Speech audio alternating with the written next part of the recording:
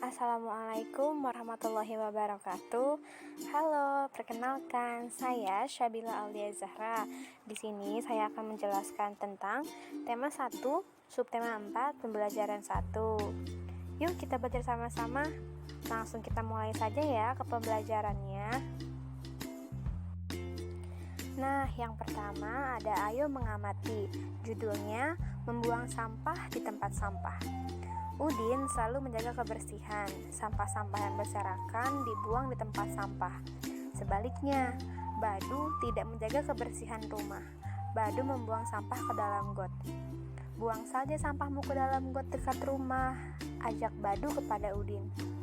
Tidak mau ah, nanti air got menjadi tergenang dan bau, jawab Udin. Badu menyadari bahwa perbuatannya tidak baik. Ia meminta maaf kepada Udin. Badu juga berterima kasih kepada Udin karena sudah mengingatkan agar tidak membuang sampah sembarangan. Nah, jadi adik-adik, pembelajaran yang dapat kita ambil adalah jangan buang sampah sembarangan, karena itu dapat mencemari lingkungan dan akan menyebabkan banjir yang akan membuat kita semua kesusahan. Jadi adik-adik di sini, buang sampah pada tempatnya ya. Selanjutnya ada ayo mengamati. Perintahnya, urutkanlah gambar di bawah ini sehingga menjadi sebuah cerita. Yuk sekarang kita lihat dulu gambarnya satu-satu ya. Yang pertama, di situ ada gambar Badu sedang membuang sampah ke dalam got. Kata Badu, tidak apa-apa Din, ayo buang sampah di got agar lebih dekat dan mudah. Lalu gambar yang kedua, ada Udin sedang membuang sampah di tempat sampah. Lalu Badu bilang, terima kasih Udin, kamu sudah mengingatkan aku. Lalu gambar yang ketiga, ada Udin sedang menasihati Badu. Kata Udin, aku tidak mau Badu, kita harus menjaga kebersihan lingkungan. Nah, di sini kira-kira yang mana ya urutan yang pertama? Adik-adik ada yang tahu nggak nih urutan yang pertama yang mana? Yuk kita tentukan sama-sama, kira-kira yang pertama yang mana ya? Wah, ternyata jawaban urutan yang pertama ada di gambar yang pertama. Di situ cerita itu bermula ketika Badu ingin membuang sampah ke dalam got. Lalu dia bilang begini kepada Udin, tidak apa-apa Din, ayo buang sampah ke got agar lebih dekat dan mudah. Hal seperti itu jangan dicontoh ya teman-teman. Karena membuang sampah sembarangan, apalagi ke dalam got atau sungai, dapat mencemari lingkungan. Dan hal tersebut akan menyebabkan got atau sungai akan tersumbat. Hal itulah yang menyebabkan banjir nih teman-teman. Jadi teman-teman di sini harus buang sampah pada tempatnya ya. Harus di tempat sampah, jangan sembarangan. Selanjutnya, yuk kita cari gambar yang mana ya yang ada di urutan kedua. Wah, yang kedua ternyata ada di gambar yang ketiga. Situ Udin sedang menasihati Badu. Kata Udin, aku tidak mau Badu, kita harus menjaga kebersihan lingkungan. Nah, sikap Udinlah yang harus kita contoh ya teman-teman. Di sini Udin menasihati Badu karena Badu mencerminkan perilaku yang tidak baik, yaitu membuang sampah sembarangan. Nah, ternyata urutan yang ketiga atau yang terakhir ada di foto yang kedua. Di situ gambar itu menggambarkan Udin sedang membuang sampah ke tempat sampah. Di situ Badu mulai menyadari bahwa perbuatan itu termasuk perbuatan yang tidak baik. Di situ Badu bilang, terima kasih Udin, kamu sudah mengingatkan aku. Jadi kalau misalnya di sini ada teman kalian yang buang sampah sembarangan, kalau bisa kalian ingetin ya. Nanti kalian bilang kalau misalnya membuang sampah sembarangan itu merupakan perilaku yang tidak baik dan tidak patut untuk ditiru. Lalu selanjutnya ada ayo mengamati. Rumah Udin bersih dan nyaman. Udin, Edo, dan Siti membuat prakarya di rumah Edo.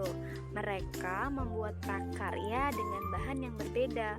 Lalu ada perintahnya di sini, pasangkanlah hasil karya dengan bahan dan peralatan yang sesuai. Nah, di sini yuk kita identifikasi dulu ada bahan apa saja ya. Di foto yang pertama, di situ terlihat ada kertas, biji-bijian, pensil, dan juga lem. Lalu di gambar yang kedua ada kertas, pasir pantai, kerang, dan juga lem. Lalu yang ketiga ada kertas, berbagai macam daun, pensil, dan juga gunting. Nah, setelah mengidentifikasi bahan-bahan yang ada, sekarang kita cari nih pasangannya yang mana ya bahan dengan hasil karyanya. Kira-kira hasil karya yang mana ya yang menggunakan biji-bijian? Lalu hasil karya yang mana yang menggunakan pasir pantai dan kerang? Lalu yang terakhir hasil karya yang mana ya yang menggunakan dedaunan? Yuk kita cari sama-sama. Ternyata hasil karya yang menggunakan biji-bijian itu ada pada foto yang ketiga. Nah, bisa kita lihat di sini ya, foto yang ketiga merupakan hasil karya yang menggunakan biji-bijian. Di situ dia menggunakan biji-bijian berupa biji jagung dan juga biji kacang hijau. Lalu ada juga biji-bijian yang diberikan warna putih atau cat warna putih. Hasil karya yang menggunakan pasir ternyata ada di gambar nomor 2, yaitu gambar berupa pesawat UFO yang sedang mendarat di pasir pantai. Wow, keren banget ya teman-teman gambarnya.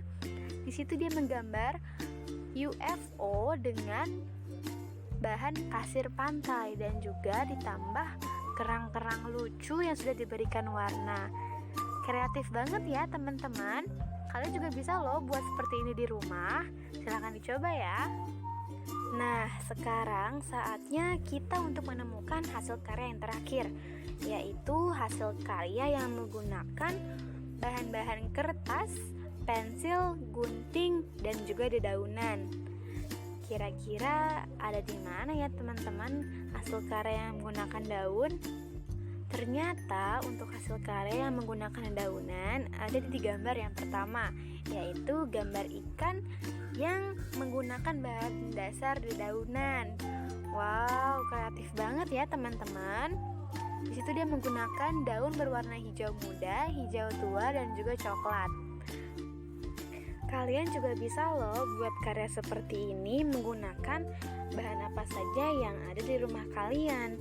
Contohnya seperti tutup botol bekas, atau kapas bekas, atau kertas warna bekas, seperti itu teman-teman. Intinya kita gunakan saja barang yang sudah tidak terpakai agar barang tersebut memiliki nilai seninya lagi. Nah, selanjutnya ada Ayo Berlatih.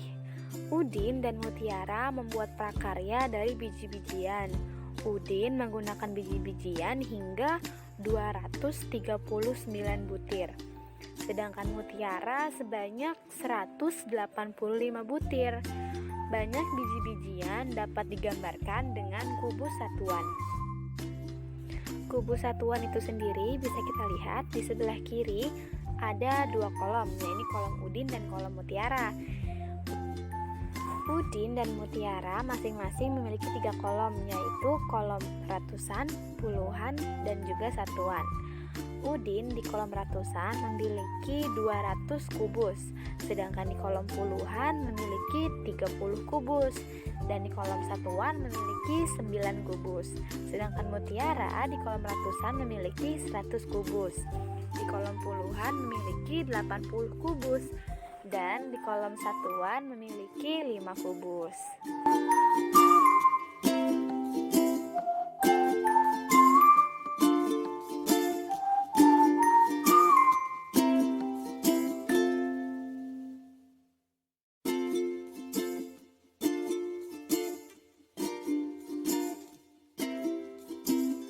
Nah, teman-teman, di sini aku akan menjelaskan bagaimana caranya menghitung selisih biji-bijian. Di sini kita memiliki angka 239 dikurangi 185. Caranya seperti ini ya. 9 dikurangi 5 hasilnya 4. 3 dikurangi 8 karena tidak bisa dan hasilnya akan negatif, maka kita harus meminjam satu angka di depan sini. Angka yang 2 ini ya, kita pinjam, kita coret, kita pinjam 10, Berarti di sini sisa 1. 10 ditambah 3 hasilnya 13. 13 dikurangi 8 adalah 5. Lalu 1 dikurangi 1 hasilnya 0. Jadi 239 dikurangi 185 hasilnya adalah 54.